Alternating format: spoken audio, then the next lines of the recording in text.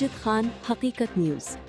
White house की नायब तर्जुमान एना कैली ने कहा है कि अगर ईरान ने नेक नियति के साथ मुज़ाकरात ना किए तो अमरीकी सदर डोनाल्ड ट्रंप कौमी सलामती के हवाले से ज़रूरी फैसले करेंगे।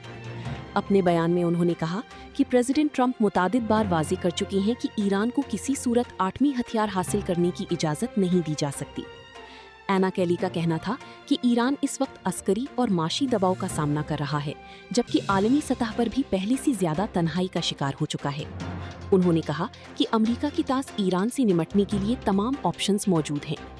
व्हाइट हाउस की नायब तर्जुमान के मुताबिक प्रेसिडेंट ट्रंप ने अपनी रेड लाइंस वाज़ी कर दी हैं, जिनमें सबसे अहम शर्त ये है कि ईरान आठवीं हथियार हासिल ना करे। उन्होंने खबरदार किया कि अगर तेहरान ने इन शराइत को कबूल ना किया तो अमेरिका सख्त इक़दाम कर सकता है।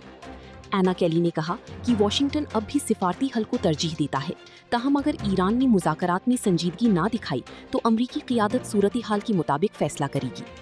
ये बयान ऐसे वक्त में सामने आया है जब ईरान और अमरीका की दरमियान कशीदगी एक बार फिर बढ़ती दिखाई दे रही है और खित्ते में मुमकिन फौजी इक़दामात से मुताल्लिक़ तियास आराइयाँ जारी हैं।